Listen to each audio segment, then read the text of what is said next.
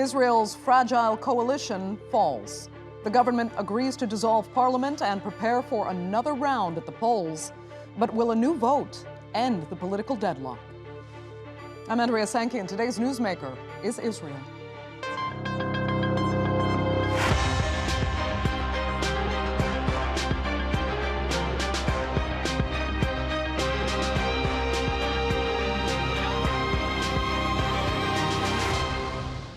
If a democracy's health were based on the number of elections it held, Israel would be the healthiest democracy in the world. After the Bennett-Lapid government filed a motion to dissolve parliament on Monday, the country is now heading to its fifth election in 3 years. My friend, Foreign Minister Yair Lapid and I decided to work together to dissolve the Knesset and to set to hold elections at an agreed time. At the same time, transferring the power in an orderly manner and ensuring the national interest of the State of Israel. Even during the transition period, the state continues. When the historically diverse Bennett-Lapid-led coalition took power a year ago, it gave some Israelis hope, while others called it a joke. Because no single party in Israel's history has ever won an outright majority, coalitions are the norm, and for a time, they worked well enough. But the Bennett-Lapid government is deeply different. It consists of 8 parties from across the political spectrum, including those who are ideologically opposed. So while some argue diversity is good for democracy, on a practical level, it can make things very hard to get done. That's left more and more Israelis frustrated with perpetual government deadlock. I'm not happy. I think the country needs stability. And having elections every several months or even every year is not good. I think that the election is just a waste of time and a waste of money, and I don't think that something will change now in the political field. And I don't think that the change of the prime minister, meaning that Lapid will be the prime minister, will change anything. I think this is bad for Israel, for all the people, because Bibi was the only one and the best. I think for the older people, we wait for this. Wait for a long time. So could another election backfire for Naftali Bennett and Yair Lapid? Their alliance may have been divided, but they passionately agreed that Benjamin Netanyahu needed to go. When they formed the coalition, that was enough to oust the former prime minister. Now the question is if another vote could actually usher in Bibi's return. Despite serious accusations of corruption, Netanyahu still has significant support, and he's delighted to see the Bennett-Lapid coalition crumble. I must tell you that this evening people are smiling. Even on the way over here, people are simply smiling. Because they feel that despite this consciousness modification, which we also heard tonight, they understand that something great happened here. We are getting rid of the worst government in Israel's history. So what will yet another election bring to Israel? And what really led this diverse coalition to fall apart? To debate that and more, I'm joined now from West Jerusalem by Jeremy Saltan, a special advisor to Naftali Bennett's Yamina faction. Also from West Jerusalem is Mitchell Barak. He served as an aide to Benjamin Netanyahu and was a speechwriter for former Prime Minister Ariel Sharon. And Evan Cohen is a lecturer at Tel Aviv University and former spokesperson for Benjamin Netanyahu. Thanks all so much for being with us. Mitchell Barak, when we spoke a year ago, you said it was in no one's best interest to go to elections again and that the Bennett-Lapid government could effectively work. Yet here we are. So what went wrong? Well, it worked for a year, and it worked for one of the main purposes of what those parties set out to do, which was to replace Benjamin Netanyahu as prime minister. So it was successful in that regard. It was successful in the regard that it put together the most diverse group of Israelis ever assembled in a government. Israelis from all political spectrums, Israelis who are religious and who are secular, Israelis from the right and the left, Israelis who are Arab Israelis, who are Arab citizens of Israel. So it was a very, very wide-ranging government. They had very, very clear goals, which they basically kept to. They passed the budget. They were improving certain economic indicators. and it was going well, dealing with also some foreign policy issues with the Iranian issue. I think where it failed was more internally with Prime Minister Bennett, meaning he did a fantastic job of leveraging his 7 seats by basically kind of offering a blackmail offer in the beginning by saying, either my 7 seats go with Netanyahu, which is what I would prefer, or I'm going to lead with those 7 seats and be prime minister in a rotation.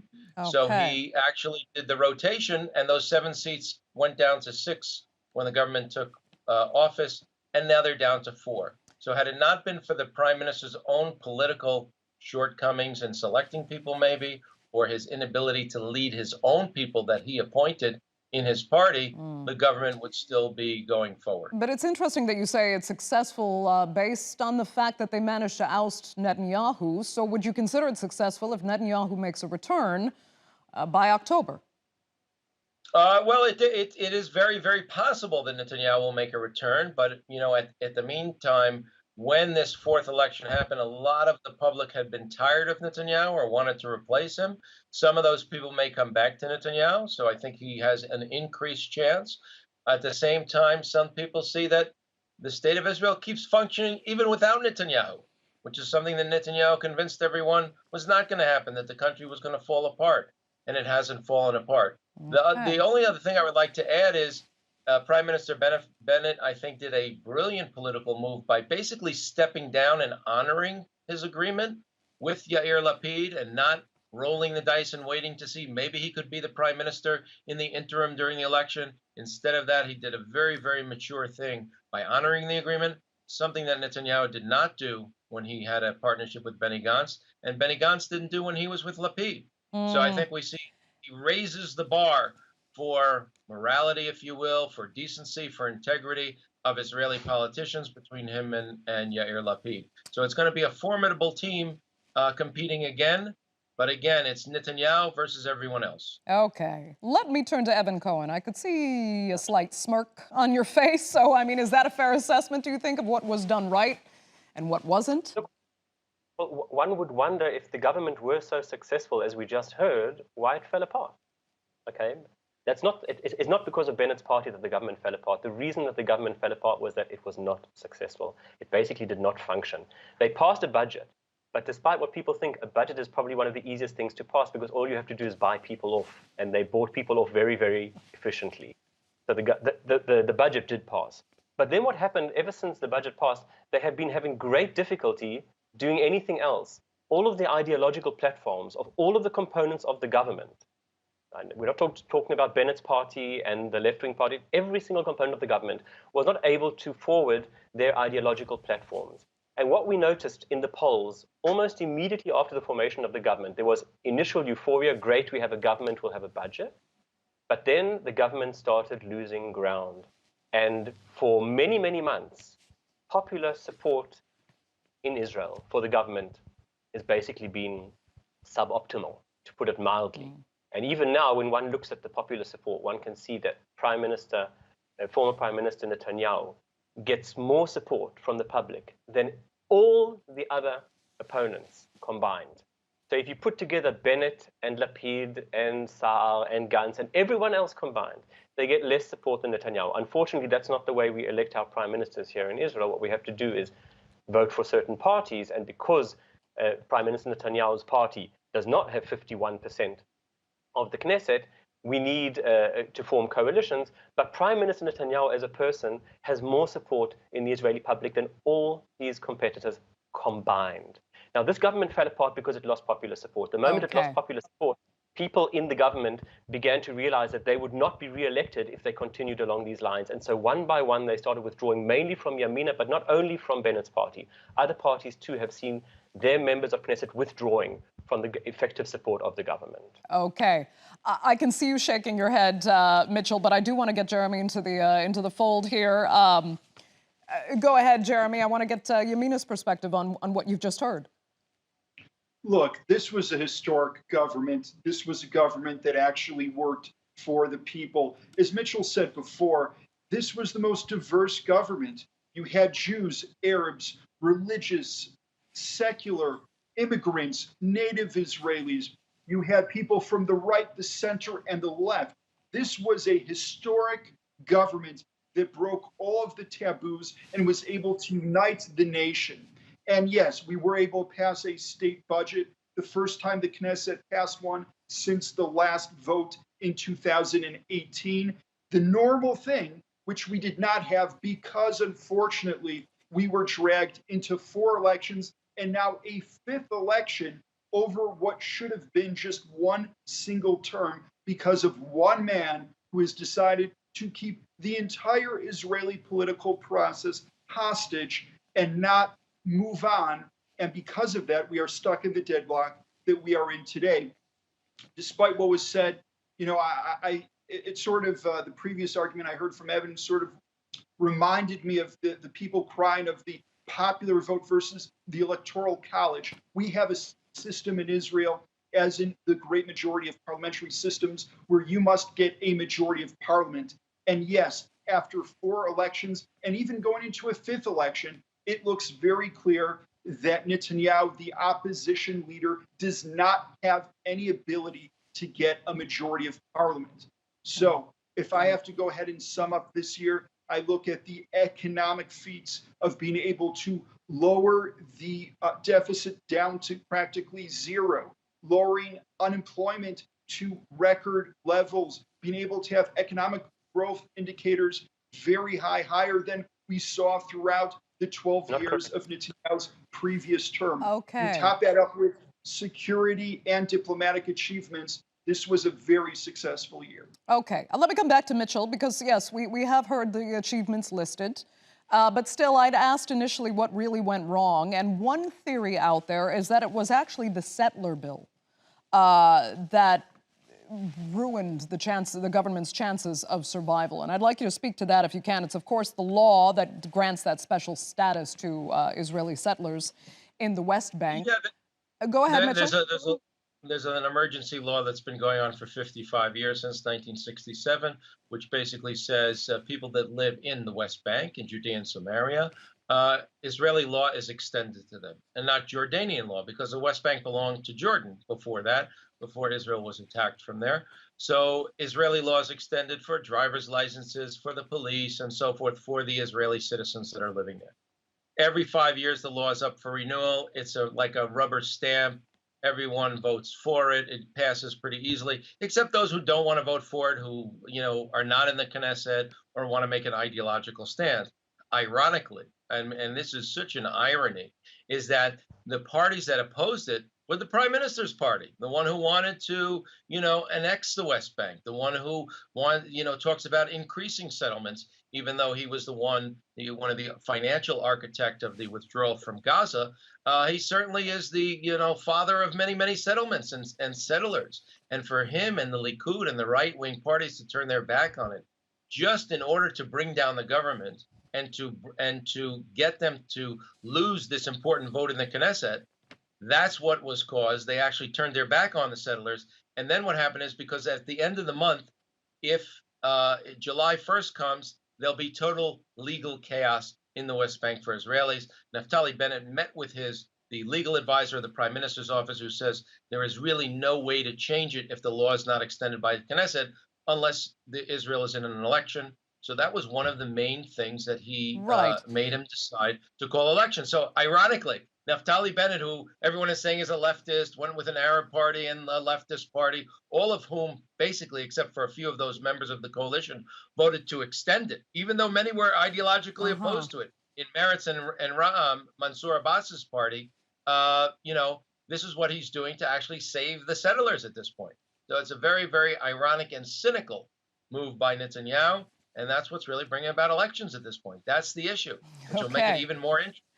I mean, Evan, just simply put, I mean, if it hadn't been for the settler bill, do you think this government could have somehow survived? Absolutely not. There's no question whatsoever. The settler bill is just an excuse. Okay. The settler bill, the whole issue of the settler bill was raised long after the government had started disintegrating, basically. What happened, I mean, I won't get into the finer details here because I'm sure that your viewers, A, won't be interested in, and B, it would take a lot more background knowledge in order to understand them. But what happened was that one member of Naftali Bennett's party left immediately upon the formation of the government. and another member left when she determined that Israel was no longer behaving as a Jewish state should behave. This was long before the settler bill. On the other hand, 3 members of parliament from the left-wing parties also declined to vote with the coalition for their own various reasons. So the settler bill has absolutely nothing to do with the disintegration of the government other than being a formality. What should be noted, by the way, interesting you noted that Mitchell just spoke, he referred to the Prime Minister, which is not just a slip of the tongue. Nobody really views Bennett as a legitimate Prime Minister. Netanyahu is viewed by many, including Mitchell, who referred to Netanyahu as the Prime Minister, very interestingly. So anyway, getting back to the issue over here, the government is falling apart not because of the settler bill, but because they can't function as a government. They haven't been able to pass any significant legislation for months now. Okay, Evan, I want to move on, though, and I'm going to stay with you quickly, because we now have Netanyahu saying that the path is basically clear for him to take the next election and form this broad nationalist government headed by Likud. I have to ask you if Israeli voters, you think, will buy into that, if they will be willing to look past the last election and the corruption allegations that have so plagued him and lost him the last vote. Is Israel ready to see him return? I think that you raised the issue of the corruption allegations, and I think that what we've seen over the last year, and this is extremely important, is that the case against Netanyahu in court has been falling apart. Every single witness, one after the other, has basically been destroyed with evidence by the cross-examiners, and this, most people who are following the trial very closely, like I am, know this already. The Israeli public knows that these trumped-up charges against Netanyahu will not hold any water in the long run. So what I think will happen in the upcoming elections is that Netanyahu will have a victory. And I'm not talking about 60 or 61. It'll be broader than that, because what people aren't saying is that not only does the Likud and the Likud by the way, the Likud's partners, the ultra-Orthodox parties, they always underperform in the polls. They'll be getting more than they're predicted to get in the polls. But more importantly, several of the opposition parties, the current opposition parties, are simply on the borderline of the threshold, meaning if one of them doesn't pass, immediately the Likud will become a much bigger party. Furthermore, what we can also see happening is that the longer this government continues to function, the more support the opposition parties are garnering. So I can't see in any way how any other government after the election will be formed besides a Netanyahu-led government, which I think the right-wing parties, which are currently in the coalition, will probably join as well. I don't think that they'll want to remain in the opposition. Jeremy, I can see you disagree, and I want to turn to you. And I need to also, I do want you to respond to that, obviously, and I need to include what was kind of my own observation and how I find it kind of hard to reconcile how sanguine Yair Lapid and Naftali Bennett actually seemed making the announcement to dissolve Parliament, knowing that it could very likely usher in, but not likely, my apologies, possibly usher in Benjamin Netanyahu just a little more than a year after they worked so hard to take him out. You know, it's a refreshing thing to see a prime minister actually live up to his word and actually act based on what it was that he promised that he was going to do, which was to go through with the rotation. Of course, the last government fell because Benjamin Netanyahu lied to Benny Gantz and did not go through with the rotation. Look, we're in a situation where I just disagree with everything that Evan said.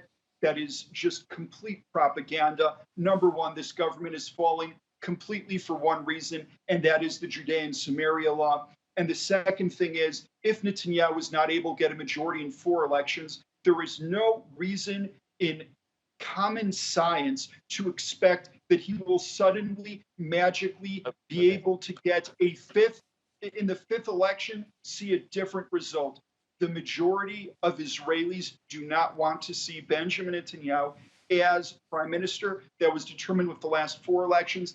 That will be determined with the 5th election as well. I have complete confidence in terms of that result. Now, what is important to see here is that what Prime Minister Naftali Bennett did was save the state of Israel twice. The first time by making a tremendous, courageous decision to enter this very complicated, diversified coalition, which had never been tried before. And the second time by going ahead and saving Judea and Samaria and the Israeli law there, when the opposition, in a very, very terrible attempt, decided to take the 500,000 Israelis living there hostage and say the only way that I will release them is if you pay the ransom of dispersing the Knesset early.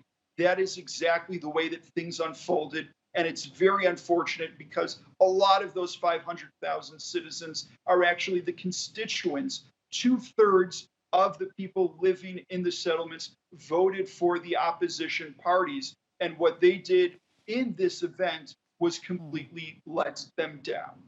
Okay, Mitchell, just going back to the first part of what Jeremy was saying, and what you expect to see in another election. Is it just going to be a repeat of the last election? You know, charged to the Israeli taxpayer with the same people and the same. I mean, go ahead.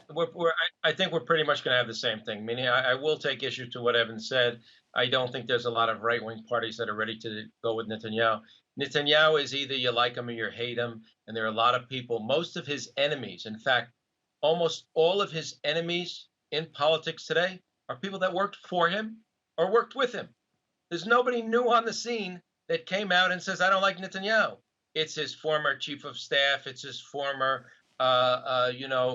director general, Lieberman. It's Lapid was his finance minister. Everyone who worked with him refuses to work with him again and doesn't want to have anything to do with him. And that should tell you something also about how he works and what people think about him, if that's what they're saying. Now, if you want, yes, Likud is probably going to get more seats in the last election. I can tell you this one thing. Likud could put together a government, not of 60 seats, of 70 or 75 seats, very wide-ranging nationalist government. The only thing they would have to do is remove Netanyahu. If Netanyahu said he was retiring from politics tomorrow or going to do something else, the Likud could elect almost any leader in the Likud and could put together a government, including some of the parties that are in the coalition today. So the issue here is Netanyahu. Either they're for him or against him. And as long as he's there in the Likud, he's going to get the most seats. And many, many Israelis want to see him as prime minister, although that's not how you vote, because most people are not voting for the prime minister when they vote for the Knesset. They're voting for who's going to represent them in the Knesset. But as long as he's there, the deadlock of 60-60 is going to stay. And what brought down this government right now is 100% the Judea and Samaria bill to extend Israeli law, nothing else.